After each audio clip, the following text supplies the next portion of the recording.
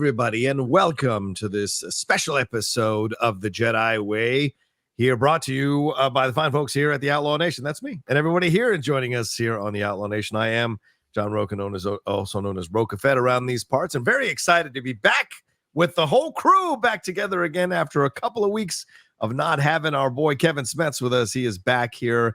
But let's introduce ourselves going around here. Laura Kelly, great to see you again, co-host of Force Toast Pod, and someone who is plugged in to what is going on in the world of Star Wars for sure. And certainly this episode got you going there, Laura. How are you? I'm good. I am excited to finally be excited about this show, to finally have it like kind of meet my like expectations that were already way too high. But I'm also like in such a good place with Star Wars and the High Republic and the books right now that it kind of also didn't matter. But I'm excited. I'm like, I knew that I would come around at some point, and here we are. So I'm pumped. I'm also very happy to have Kevin back because now we've got like 3 episodes of pent up Kevin Smets rants that I gotta hear. We gotta hear this. That's right. And speaking of which, Kevin Smets, you are back, my man. How are you feeling? How are you doing? How are things? We missed you and glad to have you back aboard. Thanks. Especially for this episode, brother. Yeah, thanks for the well wishes in the comments. Had to deal with some family things, and then work got really crazy. So it's been a couple of weeks where I've not been able to be on the show. So it's really glad to be back. I have confidence issues now because apparently I'm too frowny in the logo now. I heard you say that last time. Now I look at it every time and I like, what's up this guy? But I mean, I'm purple saber, so I'm kind of riding the line. And let's talk about the real gun show right here, dude. Oh boy, Qimir, come on, man! I'm ready to go. I mean, those. I don't know, Kevin. Those are pretty good guns. No He's offense. ripped, dude. He's ripped. Yeah. I got like the more beefy arms. It's probably because I had too many beef tacos at Del Taco through the years. But I'm happy to be back. I'm happy to talk some of this. This new show had some. They had an episode last night. It was pretty cool. Yeah, we're definitely going to get into episode 5 night. The spoiler review here. We're definitely a part of the show, but there are a couple of things, Star Wars news that we should hit before we jump into the review. So if you want to just jump to the review, that's the time code's going to be down in the descriptions. Go ahead and jump to that now. But if you want to stick around here, let's talk about a couple of Star Wars tidbits and news here before we get into it. Then stick around right now. The first thing we should get your thoughts on this, Kevin. You brought this up. Orson Krennic is coming back here. That's right. Director Orson Krennic here, played by Ben Mendelson, as you see there on your screens right now, who was a big part of Rogue One, a Star Wars story, will reprise his role in the live-action ANDOR Season 2 series. And we know ANDOR is going to jump a number of years in one season here, so it seems to make a lot of sense that Orson Krennic would have a bigger role to play in a Season 2 of ANDOR as the power increases of the Empire and as Andor and his crew get closer and closer to trying to upset the Empire. So are you excited about this, Kevin? Him coming back, Orson Krennic coming back, and do you think it'll be a big part of the series or just a bit of a cameo role? What do you think? I don't know. They make kind of a big deal about it, so it might be more than a cameo. Because I think if it was cameo, they'd probably hide it, you know, up until release. I'm interested. Another good Star Wars novels besides Plagueis is Catalyst, which is a prequel leading up to Rogue One, and that is actually a canon novel at this point. But it shows like the years of the relationship between Krennic and Galen Erso, and like the flashbacks in the Rogue One where they're on Coruscant like together as a family, like family dinner or whatever. That movie or the book kind of covers some of that. So I don't think you're going to get into those specifics. It's not really about Galen and Jyn Erso, but it is going to be interesting to see how much about Andor does Krennic know, if he knows anything at all, or if it is just a cameo. But I'm excited because I think that he's a good villain coming out of that. You know, that was the beginning of the Star Wars Disney and everything like that, the first solo film. And I always liked Krennic. What do you guys think? Yeah, what do you think there, Laura? What's your feelings on this? I think if they were going to like release this news about one potential cameo / guest star showing up, this is probably the one that I'm fine with knowing ahead of time. I don't want to say I have high expectations, but you guys know me. Everybody here knows me in this chat collectively, that my expectations are often too high. So I'm really excited for this season 2. I like the idea of jumping a year between the episode blocks or whatever. I think it's 3 or 4. They're gonna jump a year. I would really like to see some of the like Star Wars Rebels characters potentially show up. I doubt Cool. they will, but there's all kinds of things. I mean, like K2SO, I feel like we know he's Yeah. going to be in it. I feel like Alan Tudyk has made that pretty clear. So this one wasn't quite as obvious to me. I am excited to hear it. I like Ben Mendelson showing up anywhere. That show on Apple where he's playing Christian Dior. I watched that Oh first. yeah. He's great in it. The show didn't wow me and I didn't stick with it, but he's fantastic. And always fun to see him in the Marvel Cinematic Universe too. So I'm excited to see him in this. Yeah, we've been seeing a lot of designers, right? Karl Lagerfeld, Daniel Bruhl is playing him now on a Hulu series that's out now. And was it who there was another one, the guy who was shot and killed? Was that Edgar Ramirez who played him as a Versace who was shot and killed there in Miami? I think they had a thing like that. So all the designers, they're starting this designer cinematic universe. That's right. The DC. There's going to be an Avengers level event where all the designers have to come together at a big Paris conference. So it's gonna be Awesome. huge. Are you sure, James Gunn? Are you sure there's no DCU no more? Okay, fine. The designer cinematic universe. Let's make it happen. Yeah, I'm excited about this. I love that he's coming back. I loved him in Rogue One. And I wonder if there's a Grand Moff Tarkin that might be coming back to join him in a certain way. I mean, now that the technology is so insane nowadays and gotten even better than when we saw in Rogue One, I wonder if we'll see a Grand Moff Tarkin, and I wonder if a Galen Erso cameo is not out of the question as well. At least the mentioning of him, if nothing else. So, or any of the characters from Rogue One, because there's teasing that there might be some cameos from characters from Rogue One. So we will see how that all plays out. The other thing I have for you guys, Star Wars Outlaws dropped. The one that Kevin is so looking forward to, Star Wars Outlaws. It dropped a massive gameplay trailer. And then it released the planets that are going to be a part of Star Wars Outlaws. So I want to hear you guys, if you guys know these planets, if you have any thoughts on this. Tatooine is certainly going to be featured, much to Laura's joy. The planet Cantonica is going to be in this from the Cantonica system. Planet Akiva from the Akiva system. As I said, Tatooine from the Binary Star system. Toshara Moon from the Toshal system. And Kijimi from a system that's to be determined. So do these planets mean anything to either of you all? I don't know who to go to first. So if any of you know these planets, other than Tatooine, obviously, what do you think about this? What's your feelings on this? Akiva sounds familiar, and I'm not entirely sure why. Okay. So yeah, I don't know if I have too much on this. The thing that got me most excited about Star Wars Outlaws is that there's going to be like High Republic peppered in there. Yes. There's going to be like a Nihil ship, and like among other things. So I'm really pumped for that. But what was the list again? I mean, Cantonica. We get Canto Bight in the sequel trilogy, so it'll be nice to go back there. Kijimi will be interesting, I think, too. But yeah, some of those others I don't think I'm real familiar with. All right, Kevin, what's your knowledge of these planets? Canto Bight, dude. That gives me, because it's an open world game. So I remember Final Fantasy VII. I'm old like that. The original OG Final Fantasy VII. There was a planet where it was like a casino / arcade theme park planet in the middle of the game where you could just go and goof off and like not do your main quest. And it's probably why I never saved the world in that game. I just started going into gambling and stuff. But I'm hoping on Canto Bight you can go and like bet on the Fathier races, right? Like I know that Rose wouldn't be happy with me feeding the machine, but I want to bet on some Fathiers. I want to play the machine game that Dobusque played. Mark Hamill voiced that little alien guy. So I think that I'm excited for that. I know a lot of people hate on Canto Bight in The Last Jedi, but I don't know. I always thought it felt like a little prequel-y type moment in the sequel trilogy. So it never really bothered me. So I'm kind of excited for that. And game looks cool. It continues. I mean, I don't know if I'll play it, but I'll definitely watch someone play it. I like to do that. You might watch me play it. I'm definitely gonna play it. There you go. Oh, Akiva. I just realized where I know Akiva from. Okay. So those Aftermath novels that Czech Wendig wrote that were like really early in canon. Nora Wexley is like one of the lead characters in those, and that is where she's from. Right. So that book or that planet, I think, is featured in like one of those books primarily. Good times. I'm like, that sounds familiar. My trivia brain went to work. Wasn't it? Dark Stars and then Aftermath, I think, is how it went, right? In the first two kind of big ones that dropped around that time, if I remember correctly. Then there was a sad Lost Stars, one where you find out Jar Jar Binks is like a clown, like juggling for kids on Coruscant or something. And that was one of the Aftermath novels for sure. Yeah. Oh my God, so sad. So sad. Lisa gonna juggle for you. All right. Anyway, let's get into the review here. Episode 5, Night.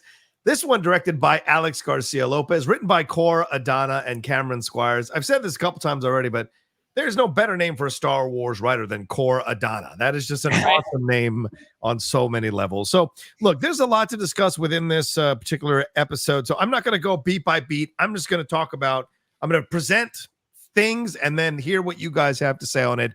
So let's just lead off with the picture I put up earlier here. Let's talk about this reveal. A lot of people had predicted that Qimir was definitely the dark energy here, or the master possibly. We saw that in his approach here. We saw him get revealed. We saw him battle with Soul both physically and then verbally as well, alluding to certain things that Soul is hiding, alluding to Soul being in his own mask and not telling the truth, and then seeing some massive lightsaber battles from him, taking out both Jecki and Yord, and eventually getting to a position where he is healing Osha at the end there, using possibly some Darth Plagueis powers. So a fascinating reveal here that although people saw coming, I think it worked. I thought it was going to be a cop-out and a boring thing and a negative thing for have so many people predicted. But the way they unveiled it with Jecki knocking off his helmet and that reveal with the two lightsabers, I thought was fantastic. So, Laura, your thoughts here on Matthew Jacinto, your thoughts on Qimir here and the reveal and what happened in this episode with him. I mean, I was in the same boat. I thought that Qimir was a red herring because it was just feeling way too obvious. I mean, come to find out that they never made any intention of really trying to hide it. I mean, they released this article today in Entertainment Weekly about this episode that was an interesting read. Wish I would have read it before I posted my little theory of what was happening, but it's fine. It's fine. Still haven't actually finished reading it. It's a rather long article. But yeah, essentially they talk about how, we weren't really trying to make any secret of it. You know, we wanted people to kind of be along for the ride and see the clues. And honestly, I am not mad about being wrong because, wow, like he's so good. And I love the attitude and the sort of sly quietness that we're getting out of him. Like I feel like this is such a different character for him than what we've seen, especially compared to what the role that he was playing in The Good Place. Like, this is just amazing. I absolutely loved it. The most of this episode, I feel like I was gasping and screaming and just being like, holy shit, at like every turn, because we're like seeing Jedi getting like skewered in this episode. I was like, the action has finally descended upon us, and I'm so happy about it. What about you, Kevin? How did you feel about the reveal? Did it work for you? Did you like that it was him in the end? And as Laura mentioned here, did you like the energy and the portrayal here? Because nothing seemed to unsettle him until the roly-polies got a hold of him. But up until that point, no matter what position he was in, no matter who he was fighting with, it was a bunch of no-name Jedis wearing Star Trek red shirts, or if it was the main characters going at it 2-on-1 or 1-on-1, he never really seemed to be rattled, and then essentially wiped out Soul's entire crew this side of Osha by himself.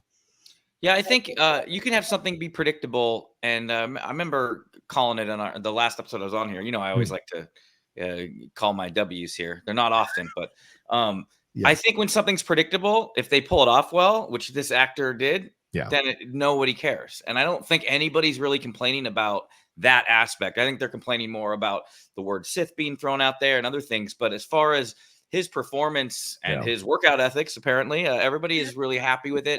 I thought, like Laura said, a lot of moments like holy shit, oh fuck moments like that I wasn't expecting. You know, which I'm sure we'll get into. But I saw someone on Twitter said Sith kebabs. That made me laugh.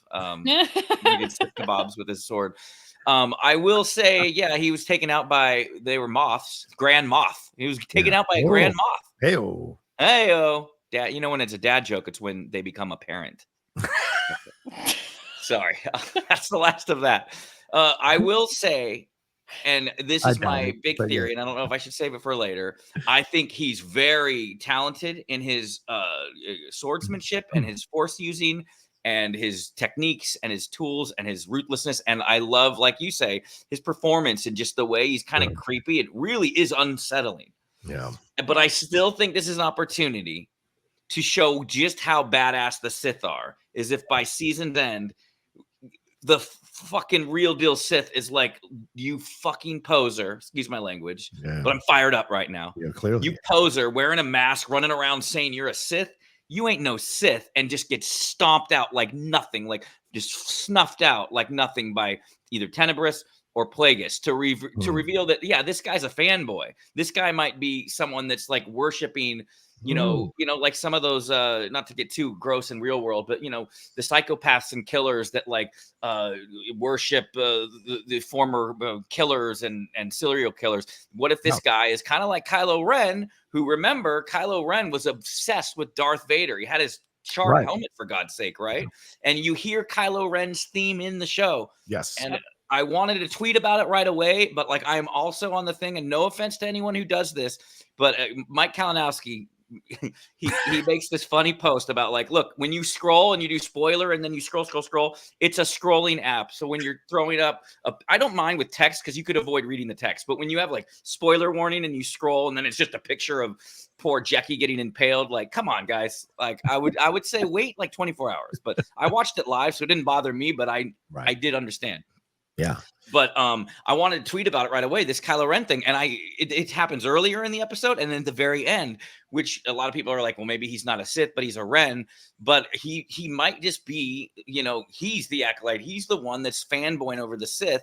And I could easily see a scene that would be shocking. It would be real water cooler talk, where the final scene of the season, he thinks he's won and he's all sweaty with his arms and all the girls will like seeing his rippling biceps, and he sits there and he's done with whatever he had to do. And then all of a sudden fucking someone comes in with Sith eyes that's really a Sith. And it's like, what you are doing is almost like ruining and putting us out there for the Jedi to know. No Jedi can know this, and you're running around calling yourself a Sith? No. Snuff him out, and then he's done. So I think that would be really cool. But as far as the actor goes in the performance, I mean, he was so skilled in the lightsaber combat. I think that some of the best lightsaber combat we've seen in Disney Star Wars, and rivaling. I don't think it's better than some of the stuff in the prequels, but it's rivaling. It's getting up there. But his technique and just some of the new stuff you saw with like putting the saber to the head and other stuff like that was really, like, I wrote afterwards, unsettling, and felt negatively affected afterwards, where I was like, I even posted a GIF of the Joker, because I feel like after, like, the Joker, it felt that madness that you feel after watching The Dark Knight, of this terror that's like unstoppable. So I think it's great. I think he's really powerful, and I'm curious if they really go all the way and they say, well, no, he's just a fanboy, he's an imposter, and the Sith are probably not. Someone wrote Palpatine would be proud. I would argue that no Sith would be proud, because he's running around there saying, I'm Sith, to Jedi before he's taking them out and making sure that they're quelled, because they've been hiding for 1,000 years. They got to keep going. Well, just to clarify, he never said he was a Sith. He said, you might call me Sith, but he never said I am Sith. So maybe that's giving him a, what do you call it, plausible deniability of the situation. But you know, it's just like, but sure. But the other side of this too is that Manny Jacinto, in the interview, as you were talking about, Laura, he was interviewed, or he was part of the article from UW. He said that that Qimir is a Sith Lord. He went out, he just flat out said it. So if he said it, we've got to now deal with that. Is that the truth? Is he really a Sith Lord? Or is that something he's saying as a red herring, as Laura said earlier, to maybe guide us down this path, we think? And then this person might show up who is supposedly playing a small role in the Acolyte. Could this be the actual master or the Sith person, as you said, Kevin, who might be coming in here and mopping up what Qimir has done here? So there's possibilities. Yes, Qimir wearing like contacts, because like I know that like Dooku really never had like the Sith eyes, but you know, when Anakin like was slaughtering the people on Mustafar, like that's where his eyes came. And then when he was like burning to death, that's where his eyes were. Like you want to, if you're a Sith, man, like that in the canon, in the comics and everything else, like you start to get that Sith eyes. So I'm curious. I think he's a very formidable threat. When I say that he's no Sith, I'm being cheeky, right? And I don't think I would still be terrified. He took out all those Jedi on his own. Yes. I'm just saying that would be a way to show how powerful the real Sith are, is if this guy who took out so many Jedi is just completely easily disposed of out of irritation.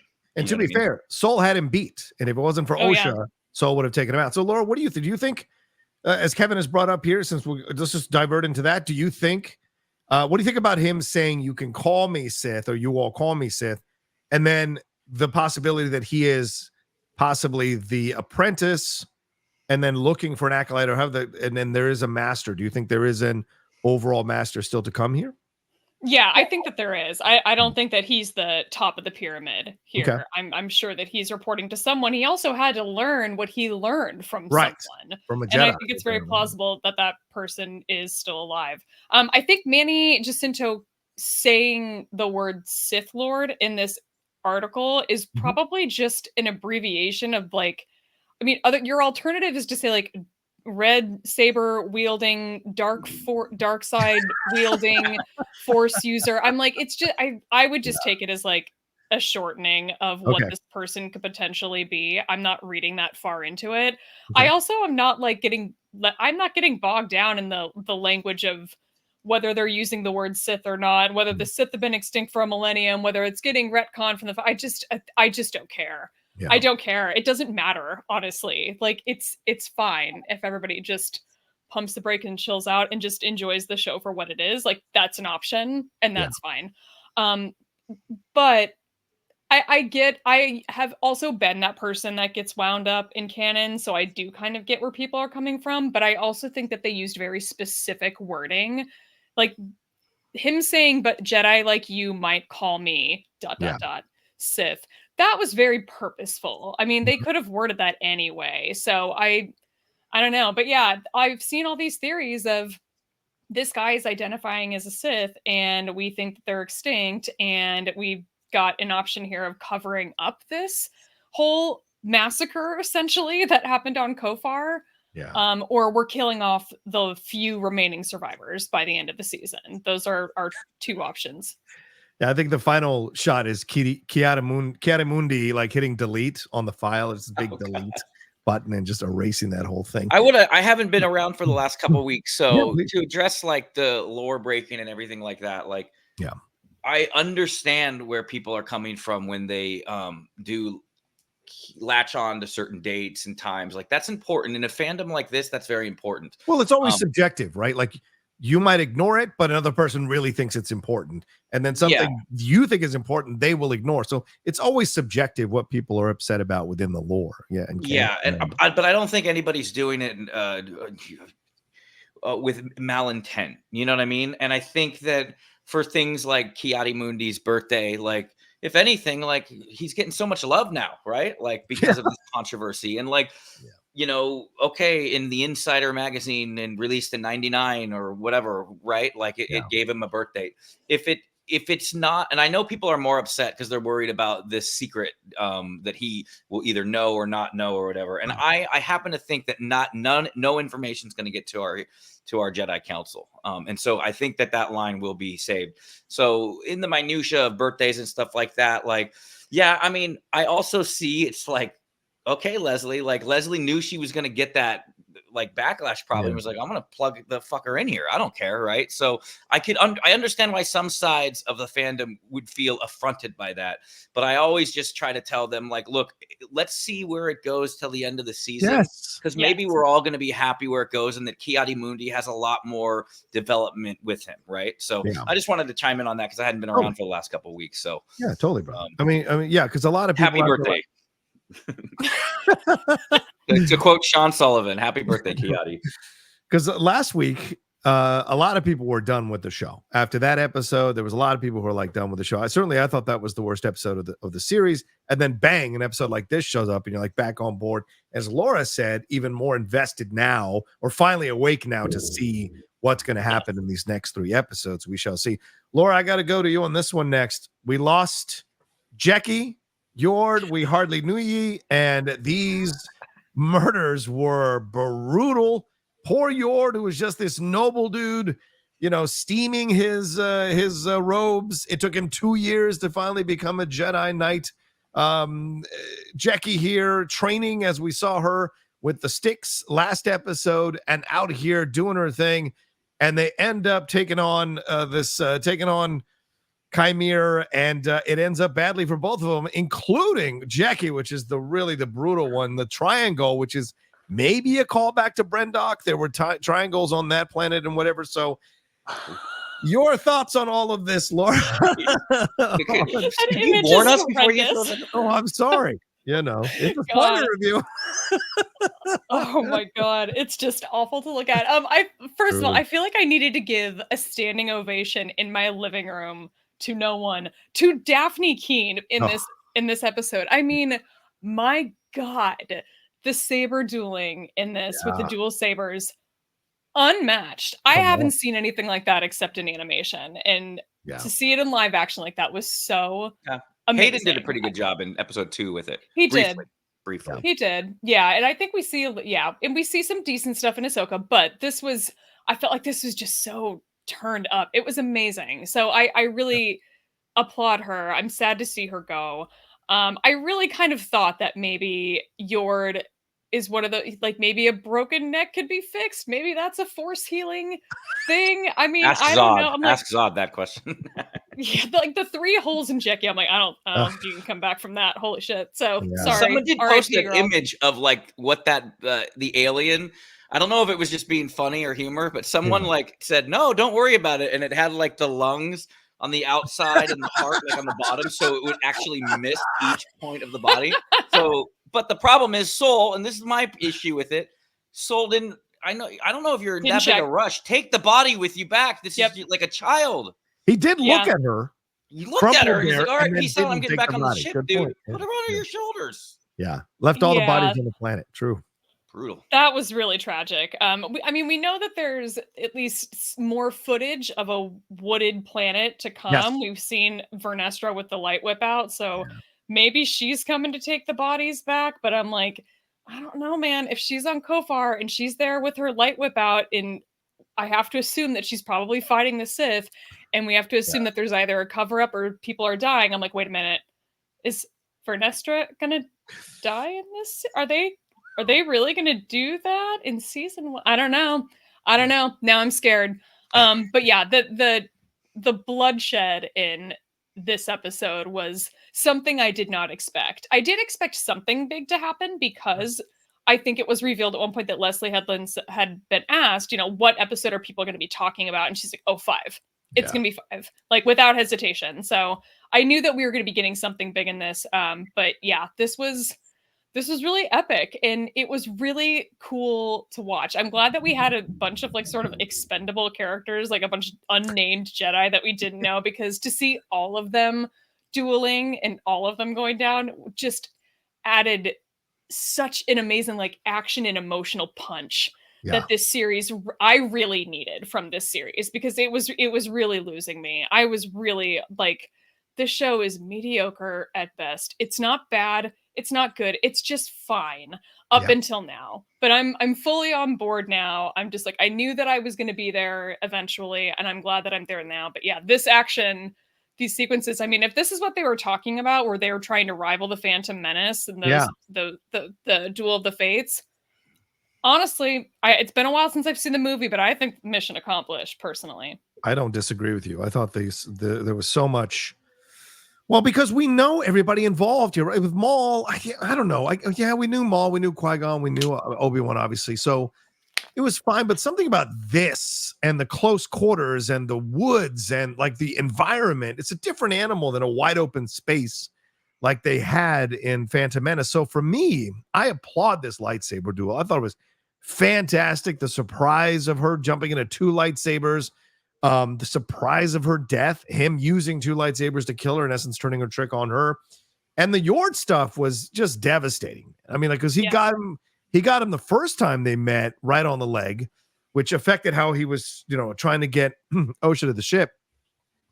And my reaction is up on the channel now when she says, we got to go back and find them. I was like, Osha, damn it, I know you're taking Yord to die. I know you are. And sure enough, as he rolled in there pretty nobly and powerfully, you thought, you deluded yourself for like a second that he might have a shot here. And then brutally, the neck was it was a two-pronged process. It was subdue, take the weapon out, drop him to his knees, and snap his neck. It was brutal. Kevin, your thoughts on this? Were you surprised by these two deaths? Has the show upped the stakes now by doing this and maybe saved itself at this point? And what did you think of the lightsaber duels yourself? Yeah, I mean, I don't think it's peaked over Duel of the Fates. But again, it's subjective. So I get when some people would say, wow. And again, I think it's also recency bias. But I mean, Duel of the Fates on the big screen, when you saw that all those years ago, and I'm an old man. So, but in 1999, though, was like insane. And also like the one thing that saved that movie, because at first a lot of people didn't like that movie, but everybody was always just like, dude, that lightsaber battle, you'd never seen anything like it. You were used to seeing like basically old men fighting, or which I still do like, the very cerebral fights in Empire and Return of the Jedi. So but some of my favorite shots of the saber fights were like when it was within the trees, so you couldn't really see it. I thought that was a cool thing. I thought there were a lot of unique things to this lightsaber battles.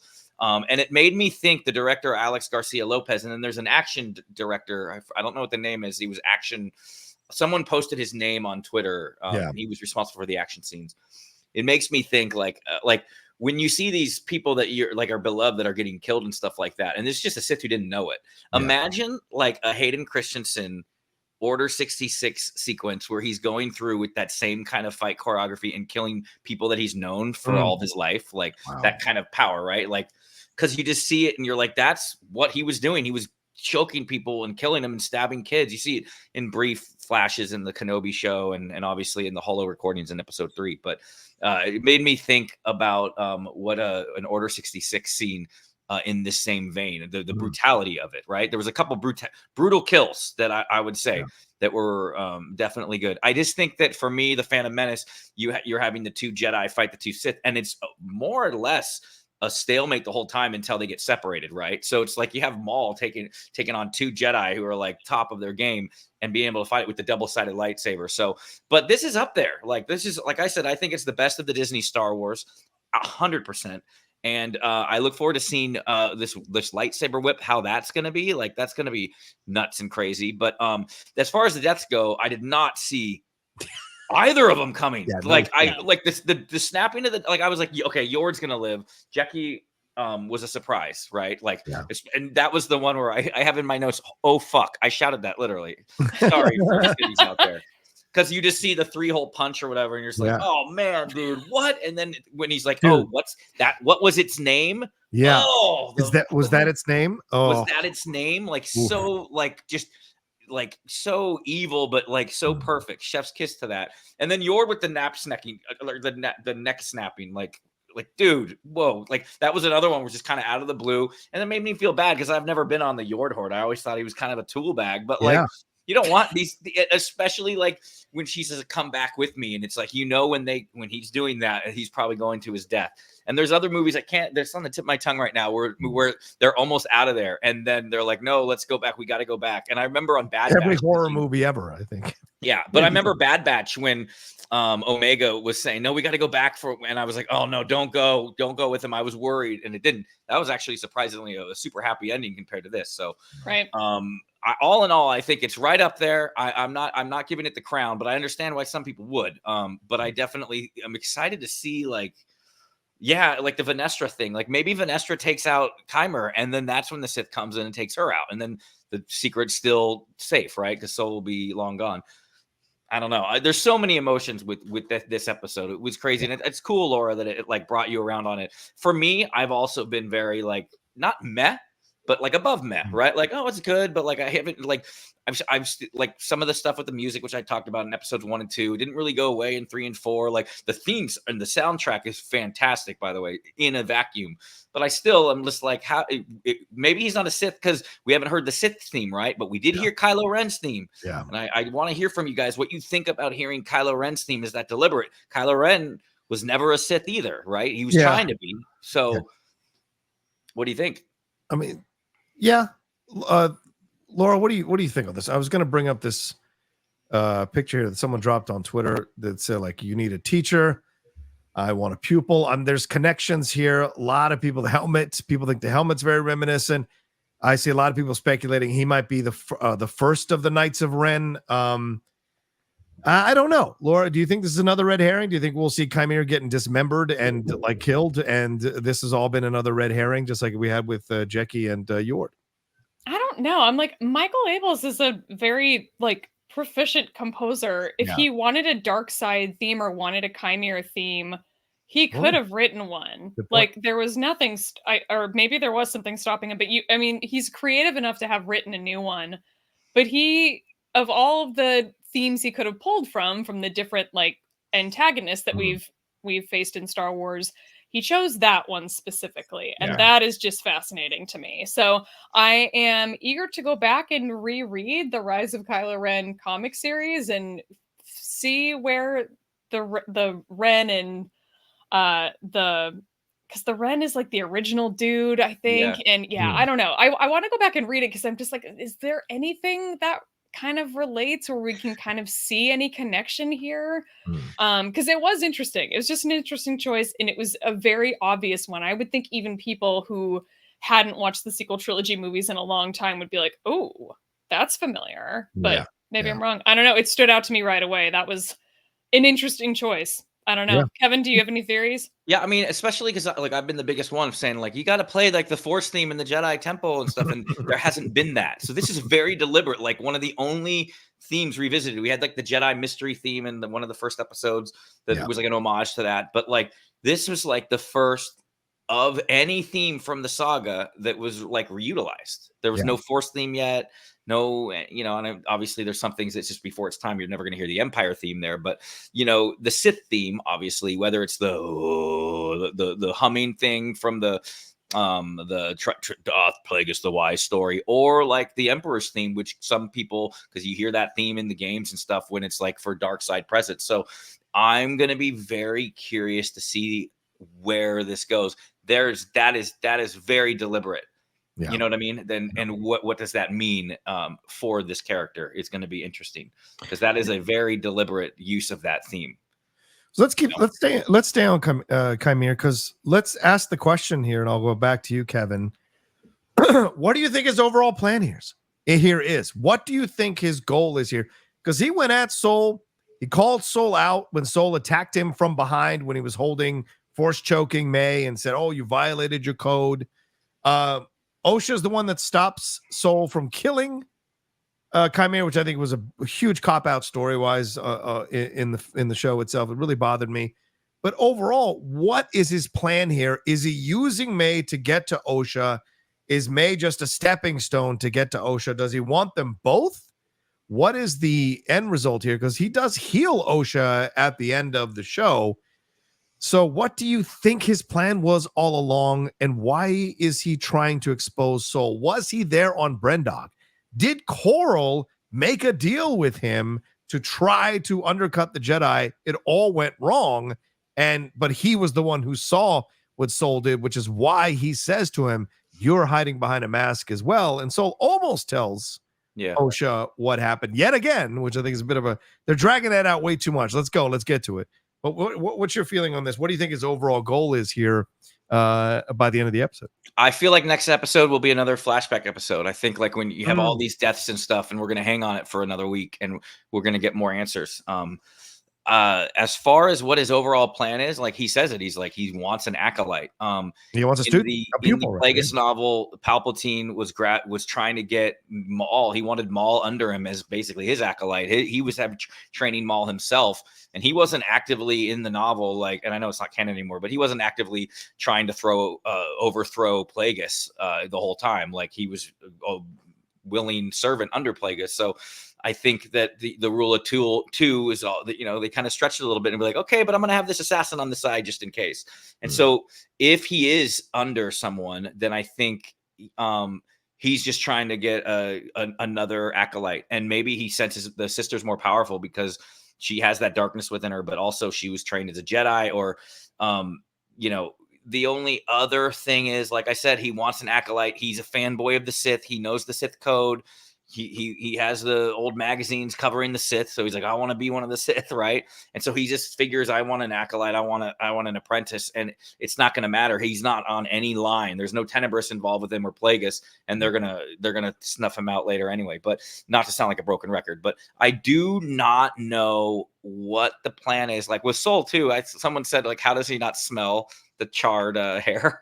By the way, if you burn hair, right? Like I remember my sister burning her hair with her hair clip. It smells, dude. So maybe Soul, man, goes right over his head, doesn't know it. What about that tattoo on her forehead? Wouldn't he see that? Yeah, that's right. It's not like the braids cover it all. You can see the tattoo. Yeah. Yeah. So I don't know how long it's going to be until she's outed. That's why I don't think Soul, sadly, I don't think anybody's surviving out of this thing. I think this is a one and done. I think they could continue this High Republic era with other Jedi and other people, but I think everything involved in this Sith mystery, they're going to have to die, like to maintain that thing. And people are like saying like, oh, how dumb are they that they couldn't sense the Sith in the forest? And it's like, I love that the picture people posted where it's everybody in episode 2 in the Coruscant council room with Palpatine. Yep. It's like you have Yoda, Mace there. Like, of course, that's what they do. They hide. That's the whole point. Yeah. They can shroud themselves in the dark side. Laura, what do you think is the goal here for Qimir in this situation? Is he using, as I said, May as a stepping stone? Because remember, May, he calls May weak, calls May a disappointment, calls her a coward. She begs for forgiveness and says, I was weak and all of this. And he's even forced her. I mean, he's going to kill her. Legitimately, if he was not stopped, I think he would have absolutely killed her. And it seems like he thinks he can turn Osha, who has walked away from the Jedi already, and once he tells her the truth about what happened, she will be an even more vigilant person for the dark side because she knows that the Jedi are all liars, and that if Soul was the person who essentially let her family die and burn to death and lied to her for years, that it was May who did it, that could all be enough to turn her, as we've seen former Jedi become Sith all the time in the stories. Do you think that may be what's going on here? What are your thoughts? Yeah, I think that ambition is probably part of the thing that's driving him. We know that with the Sith that there can only be two, master and apprentice, and maybe his way around that is like, okay, well, I don't want an apprentice, I want an acolyte, so I'm going to call it something different, and it won't count. I don't know, but I wonder if his goal is to eventually become that master, take out whoever the actual master is, and bring on the apprentice. And I wonder if revenge is actually driving him too. I go back to those hairdressers from episode 3, that pause where one of the young twins is talking about how they're the only children there and the two witches that are with them pause. And I just wonder, I'm like, what if they weren't the only children? What if there were others and for some reason those kids are gone? If Qimir was a male, was born into this coven of only women, this coven that's supposed to be only women, he would have been rejected by that group in some form. And maybe the Jedi then took him in because they sensed the Force in him and then rejected him too, because whether they sense the dark side or not, or for some other reason. Qimir seems to know Soul from the past. So I think revenge is a big motivator for him. And I think that ambition is probably a sort of secondary, but yeah, he sensed that darkness in May, went after her, and now is like, oh, I can turn this one because she doesn't know the full story. And didn't someone mention too when he was like, oh, he gets in your head first? Yes. Like, Yord said that. And that's and it's like, oh, my mother did that. So there's a comparison already about their powers. You know what I mean? Yeah, that's why I think he was on Brendock. I think he was absolutely on Brendock. It feels that way that he was there. Maybe he's more like, he's more witch, like, because again, he doesn't do Force lightning either. Sith use Force lightning. Right. Like, I mean, Maul didn't, so I digress, but yeah, I don't know. And Rey did, so that's true. Don't you love that none of us know where this is going, though? That's one thing I'll say. This show, it's very piecemealing it, right? And it's not necessarily my favorite of the shows. I do think there are some things that bother me about it, but as far as not knowing where it goes, like that's why I'm like going to reserve final judgments till the end. We don't know where it's going. All I know is that they killed X-23 and they killed Trinity. That's crazy. That's pretty crazy, right? So what do you think's going on with May and Osha, Laura? What are your feelings on this? Do you like we get the final scene with them? I think there's some real world commentary within their back and forth that I think a lot of us are very aware of topically in our world. The fact that May says to Osha, you've been brainwashed, you've been turned against me, which is very similar to what Anakin says to Padme, you know, when that's all going down in the third prequel there. So what do you think is happening? Because Osha does turn on May and say, no, you know, after the hug, and tries to arrest her, and May eventually is forced to use her powers to knock her out, and then dresses up as her to try to fool Soul, which seems ridiculous. But you're Parent Trap yet again this week, third time this week if you guys watch Dark Knight. So what's the other show that, by the way, House of the Dragon? House of the Dragon. Gotcha. I'm still there's catching a third up on one. I'm not gonna, it's on Apple TV, but I'm not going to say. Laura, your thoughts on this? What do you think's going on here? And did you like this, or was this a bit of a letdown after all the awesome action we got? I don't know if it was my favorite ending to any episode. I'm not sure if the flow was quite there in comparison to what we got earlier. I am glad that it slowed down a little bit at some point, because it really was go through the entirety of the episode, right up until this sort of quiet moment. I think for Osha, I think that in some ways May is right, that the Jedi have brainwashed her, and not just in that they have told her a version of the story of what happened on Brendock. That's very clear that there's something more to that Osha doesn't know yet. But I mean, this is kind of what the Jedi do. At the end of the day, the Jedi are still kind of a religion, and that's kind of what religion does in some ways. So I think that they are both right in some sense. But I, at one point, had been, I think early on in the series, had been more convinced that May might actually turn back to the light, and that Osha might be the one to turn to the dark. I kind of have a hard time seeing that. But we know that May is very motivated by love. At the end of this, she's really much like, I don't need to be your acolyte, your apprentice. I don't need to be hanging out with you. It changes everything that my sister's alive. My loyalty is to her. Right. And there might be something there, but there's also attached to that possession and attachment and fear of loss that's probably going to keep her on the dark end of things. So I agree. I really like that I don't know where this is going, especially with them. I do think that at least I don't think both of them are going to survive. I think one of them will be gone by the end of this season, because that seems like a lot to have these two characters on screen at the same time. I would bet that they would narrow it down just logistically to make future seasons easier if they do get future seasons. And it sounds like Leslie Headland is planning on that. She has indicated that she's got plans for future seasons. So I guess we'll see where it goes. But I don't know, was there something that stood out to you two about this last scene? Yeah, the scene. First of all, the seamless technology where they are hugging each other was incredible. Just incredible the way they made that work. Kevin, what do you think's going on here? Laura's asking this. What do you think's going on? Did you like this ending?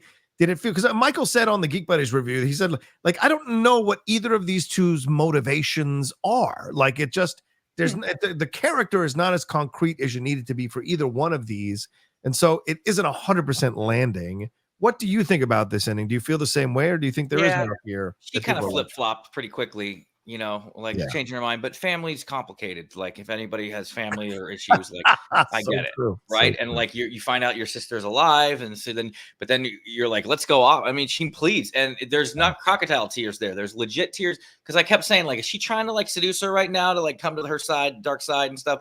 But there's legit tears. She probably, and I, fear that something crazy happened that Osha's not privy to yet because of some mind.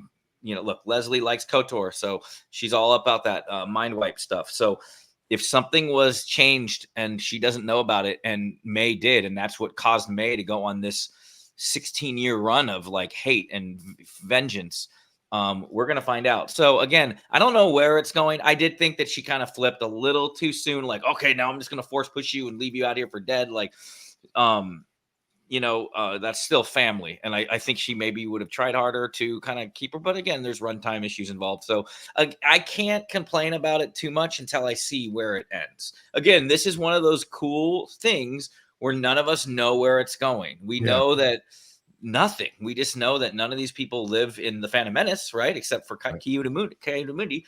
And thank God that guy wasn't Plo Koon. That would have been another. Thank God they killed that guy. No offense to that poor man. But if he would have lived and he was Plo Koon, and there have been whole other issues of people complaining about that too. So when I saw him die, I was like, okay, good. That's at least one day of Twitter discourse alleviated. Well, it's not. It doesn't mean they won't try. They certainly have been trying since last night, for God's sakes. All kinds of stuff, which I like that there's a counter. I like that people are countering this stuff now in strong ways with examples from the movies, from canon, to kind of counter any of these points. And they're starting to flail around a little bit with some of their anger. So, but okay, so yeah, I think I agree with Mike a little bit that the characters are not strong enough just yet, and I don't know why that is overall, and why we couldn't have worked with more motivations here. But I do kind of feel like Osha's going to be turned fully to the dark side when she sees what she sees, and gets revealed to her what really happened. May is the softer one. May is the one who can turn around. May, as you said, May is driven by love, by the loss of Osha. It's very clear that Osha does not have the love for May that May has for Osha. It's very clear. Like how she speaks to her, how she talks down to her. It's very similar to her trigger temper that she had with May in the flashback. Very much like, why do you do that? I don't want to do that. Don't make me do that. You know, there's all kinds of stuff that she has real anger towards May. So the fact that she goes to her anger a little more easily than May does, I think could be an interesting thing to explore. And what would be more heartbreaking than a sister losing her sister to the dark side when she wasn't necessarily 100% invested in the dark side, clearly, and was ready to walk away from it. So that's going to be interesting if that's how it plays out. But maybe you're right, Kid. Maybe they all die, or everybody dies, or one person lives, or whatever in some way. We will see as it goes forward overall. But we got to talk about the cortosis. We got to talk about this, Kevin. We got to deep dive into this cortosis situation here. As I said, people finding reasons to be upset. People are like, wait, what kind of metal is that? There's no way it can block thoughts, and it can block lightsaber shots and all this kind of stuff. But of course, this is a material that can do that. It is part of the Legends material, and certainly Star Wars, even under the new canon, has dipped into Legends many, many times here to use certain things. And the material has made appearances in a lot of recent canon stories, including Dr. Aphra. So this is something from Legends. Kevin, did you like the explanations? Did you like them using it? Did it bother you at all? Were you like lost in canon when the helmet was deflecting lightsaber shots and blocking thoughts? No, it didn't bother me. I know people are like, oh, why didn't Vader make his whole his whole armor in that? But one of the side things of this armor, this type of armor, is it's very brittle. So like, yeah, it'll short out your lightsabers, but it's not going to last forever. Like, you know, it's some of the weakest things. I know that Quinlan Voss, like, I read about how he had a bracer that had that, so he can do that. But these things aren't going to last forever, so you can't rely on that. You can't deck all your stormtroopers out on it, and it's probably really expensive and probably really hard to find. So I just think that anytime you introduce something new into Star Wars fandom, you're going to get your detractors, but you're also going to get people that are like, cool, that's a pretty dope thing. You don't see it much after the High Republic, but, you know, there's technology that was in the 50s that we don't see anymore now, right? So there's certain things that just we move past, or maybe the metal runs out, or maybe it's proven that it's not work, or maybe it causes cancer or something. You know what I mean? Like, we don't know. But as far as it being introduced in the show, I thought it was pretty cool. Like, at first I thought that their lightsaber shorted out. It was the second time where I was like, oh wow, so it was deliberate. And then they were able to use that to win. I think it's Yord, right, who grabs the mask to use it on him. Yes. So I thought that was cool that Yord was familiar with it. And I've seen some comic book panels where they're describing what it is. But so I think it's cool. Anytime you introduce anything new, I think it's kind of exciting to see. I don't think that's breaking canon to have that. So is there a lot of people complaining about it or something? People did bring it up initially, and I've seen a lot of social media posts about it. I personally had no idea of what cortosis was. So for me, though, it organically worked. It organically was badass. It organically made sense. And he wouldn't enter into a situation, if he's this kind of dark energy, without some way to protect himself from all the tricks of the Jedi, right? And so even when he's like, no, so you can read my thoughts. So clearly he was aware of the battle. He went in prepared in the battle. So I'm not surprised that this was used. It worked. Laura, what were your thoughts on this? And do you like that it has a Legends reference or a Legends support here?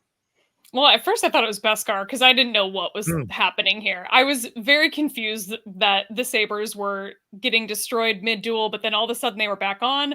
I didn't understand, but I did not feel a need to pause and get on the internet and have a meltdown about it either. I just kind of went with the flow, and I was like, "That's fine. This is a new metal. That's kind of like Beskar. Maybe it is Beskar. I don't know." I was like, "This is new abilities for Beskar for me." But I can't stand Dr. Aphra as a character, so I have not read any of those comics. I don't like her. I've tried. I can't get into it. Even the audio drama, I was just like, God. So yeah, this was new for me. Apparently, I think it was featured in Lost Stars. They mention it in regards to mining. There's a lot of mining happening in that book. But yeah, it didn't bother me that it was there, and I thought it doesn't bother me that it's from Legends. Star Wars pulls from Legends all the time, and that's great. It's a great place to pull stuff from. But yeah, I don't have any complaints. I thought it was kind of cool. I'll be curious to see if we get a lot of him like repairing these things, because I feel like that helmet was like, I don't know if that's wearable anymore. I feel like the back of it got like fully destroyed. If it'll be like a Kintsugi thing where we kind of see, because it does look like it's been damaged in the past and then repaired.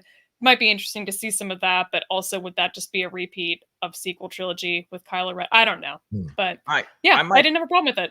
Okay. I might be on an island here, but as far as back to the armor goes, that's the one thing I never really liked in the Mandalorian show was how almost impervious to blaster bolts. It's like he is, you know, where you're just getting shot multiple times, but you have the armor, so you're like invincible. Like I wasn't a real big fan of that. So the fact that this is more brittle, they say, and that it can kind of destroy more quickly, I think that's cool because you want your heroes to be in danger, and like when they're like that's why it's tough to like write Superman movies and stuff where like nothing can kill him, right? That's why they created kryptonite and stuff so he can be weakened.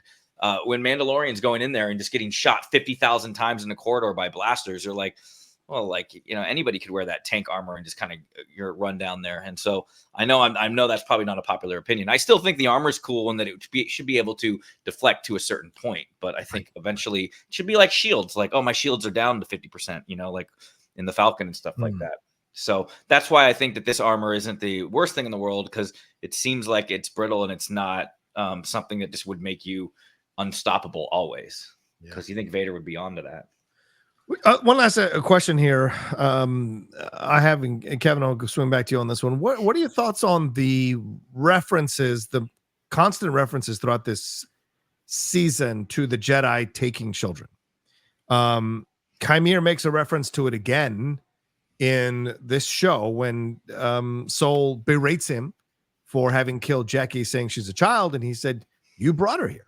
Like there's a sense that the Jedi, especially Sol, who is I think 0 for 2 for Padawans that we've seen so far, with Osha leaving him and Jecki being killed. Is there a commentary here that is coursing throughout that is going to pay off in some way?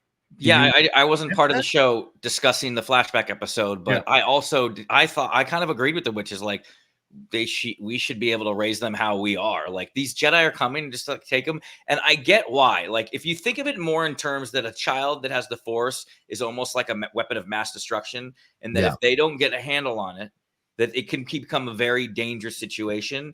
And that's why they even say it's a Republic law why you can't train them outside. Right. But it is a bummer, like that they could just the Jedi come in, and they're like, "Oh, cool, we're gonna take you now, and you're never gonna see your family and parents again." That's always kind of bugged me as a parent myself. If someone came in and were like, "Well, don't Kira? She's gonna serve the light side, but okay, will I get to see her on holidays, Life Day with Nope, you won't get to see her ever again. She's gonna wear a robe and fight across the galaxy and never think of you again." So I've never liked that. I remember in the Kenobi show, he talks about how he had a brother, right? That he doesn't remember. So as a parent, there's something that I don't like about it to where I would be almost on the witch's side. So I think the only way to really combat that is it's kind of like how in the movie Logan, Patrick Stewart's Xavier is like basically a ticking time bomb. Every time he started having a seizure, he was killing multiple people in the casino and back in Westchester incident. Is because he can't control himself anymore. That's why Logan wanted to get the Sunseeker boat Schmodow, and go out into the ocean and live the rest of their days because he's the only one who could survive those seizures. That's a noble thing that he wanted to do. So with a child, if they push it, we're like, yeah, if these kids go unnoticed, or, you know, or especially if like, okay, fine, they're not in the Jedi Order, but we hear that you're training them. But still, like, as a parent, I'd be like, take you and your Wookiee and your kid, like, get the fuck out of here. It's my kid, right? Like, so it's a good point you bring up, Rocha. Like, so a lot of people don't like how the Jedi are being more villainized than this and kind of vilified, and that, you know, especially like some people think that Kathleen Kennedy hates the Jedi and stuff like that. This is one thing where I'm like, I'm torn just as a parent, and I wonder if, like, non-parents, what you guys think, because for me, like, no, you're not taking my kid. I don't care, right? That's not cool. Yeah, I know. It's weird. It's the conversation there when you have a couple episodes ago between Mother Anasenia and Osha there about the whole situation. So yeah, it is pretty powerful. It does bother me, but I have real world implications of that. You know, essentially, as Coral said, a bunch of religious monks taking your child to essentially indoctrinate them into their cult, and you would argue they're a cult. You could argue they're a cult, rather, and to do their bidding, right? And then thrust into these dangerous situations. And the question is it because they need to keep their numbers high in order to maintain their position? As we hear from Vernestra, the Jedi are clearly not as strong as they were with their political influence in this current time. So it's a fascinating thing to consider. Laura, do you think this is going to play out? Do you think this is going to be something we come back to by the end of the season more powerfully? Yeah, because I think that we are in for at least one more flashback episode. Right. Yes. Mostly because we know that Jodie Turner-Smith is going to be in episode 7. She hinted at that in an interview that she did recently. The practice of taking the children away from the Jedi has not been something that really ever bothered me in the past. Until this episode, it struck me, I mean, the Jedi behavior and the language used and just their attitude in general when they were on Brendok was very, like, colonization. It just felt very icky. So not a fan of that sort of feeling, because I love Jedi. It's one of the things that I love the most in Star Wars. And I wish I would have made a note of who it was, but somebody on Twitter made a really good point after that episode came out, which is that the Jedi are not bad. The Jedi are flawed. So this is not a thing where, like, Kathleen Kennedy hates Jedi. I'm like, I don't see that at all. And just the nature of the Jedi in general is not bad. The Jedi are humans. Some of them aren't humans, but you get it. They are flawed. And there's a big difference there. And I think seeing that darker side of things is not necessarily a bad thing. It opens all of us up to a different point of view and a different person's take in Star Wars. There you go. Fair point. One last thing I want to bring up, this last line from Qimir, where he says, "What extraordinary beings we are. Even in the revelation of our triumph, we see the depth of our despair." It's an interesting line, and I bring this up because there is a political figure in our world, Jordan Peterson, who's very controversial with his opinions on male and female gender roles. And this is an exact quote from something he said in response to a conversation. And I wonder, because I can't find this quote anywhere else. And I've scoured the internet for like hours today trying to find this. Is this from a book? Is this from an author? Is this from a situation? No, this is the only person I can seem to connect this. He said that same thing? Yes, the exact same thing. You can see the YouTube short where he says it. So it's quizzical to me that they would use this as a final line from Qimir. Is this a commentary? And I know some people aren't into all the politics and the politics and all of that stuff, but it is a part of the situation. And I'll play it for you guys, and you can tell me what you think. Yeah, let's see if this is a bullshit or real. So often in tears, and they often have a pretty rough story to relate. They were suicidal or nihilistic or homicidal or trapped, desperate, and they tell me that real fast.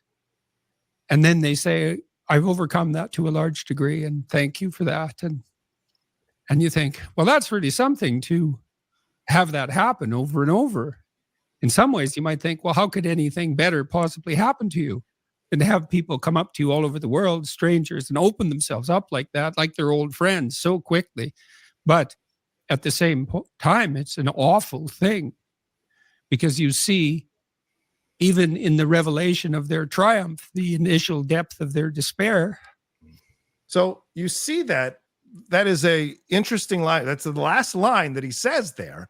So I just wonder if the writers and Leslie are making a commentary here on this idea. So just a fascinating thing. So I just wanted to throw that out there.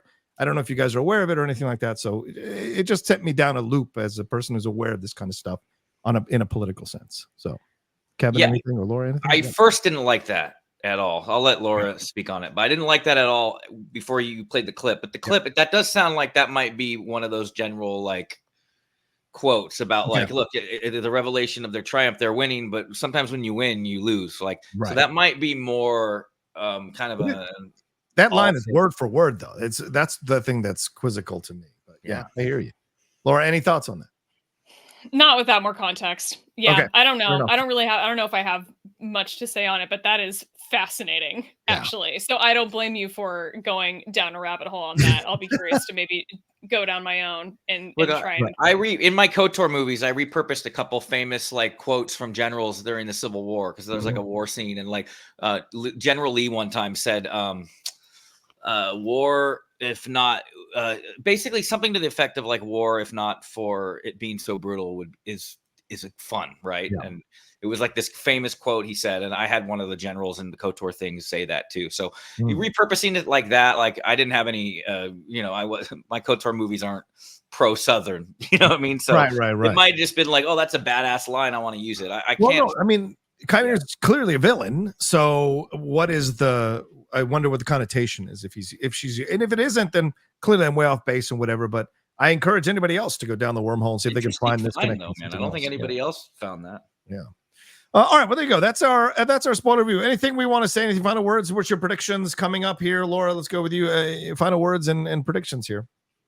I don't know. I'm kind of happy to just go along for the ride and not have a lot of predictions. I mean, literally, my one theory has already been debunked, so I don't have much. Is that the red sand theory? Is that the red sand? Yeah, theory? I'm like, I really kind of thought that the pollen might be going somewhere. Like they are so like adamant about showing it kind of dusting up in the air throughout these episodes, and we've got May and Osha both tripping down and falling face first into it and basically inhaling it. So I don't know. I feel like there might still be something there, but it's clearly not what I thought. So I don't know. I think I'm just happy to like finally be on board, frankly. I don't really, I think I just am going to sit along and go for the ride and probably not try to make any more theories and predictions, because every time I do, I inevitably feel stupid because they're always wrong. So I'm like, I don't know why I bother. No, hey, you got to go out there. You got to throw it out. Something will stick. Listen, because it's fun. That's why it's fun. Kino Loy is theorizing and speculating. That's part of the joy of fandom. Yeah. Qimir is going to find Kino Loy swimming in the ocean and save him, and that's how Snoke is.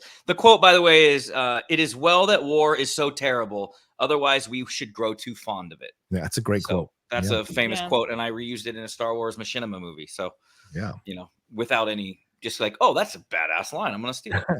Final words, Kevin, and predictions. And if you don't want to give any predictions, it's fine too. My prediction is I don't know what's going to happen. So I don't know. You just said episode 7 is the next time the mom shows up. So maybe that's going to be. How many episodes are there? 8. 8. Yeah. So maybe tomorrow or next week's the come down of the fallout from this episode, and then 7 will be the flashback episode before we get into the finale at 8. So maybe I would expect, if I had any prediction, one hell of a cliffhanger at the end of next week, because then they'll let us wait. They just like they did it with this one after 2, and then we had the episode 3 flashback episode. But the only thing that to be expected is the unexpected, as Julie Chen used to say on Big Brother. So yeah. There's a reference. Listen, I enjoyed this episode. Do I still have some issues with the May and Osha central storylines? Yes. Did I hate the roly-polies taking him away when Soul could have absolutely killed him? Yes. But the other stuff was incredible and fantastic. The shocking deaths, the lightsaber fights, the direction here from Alex Garcia Lopez, just all around great stuff.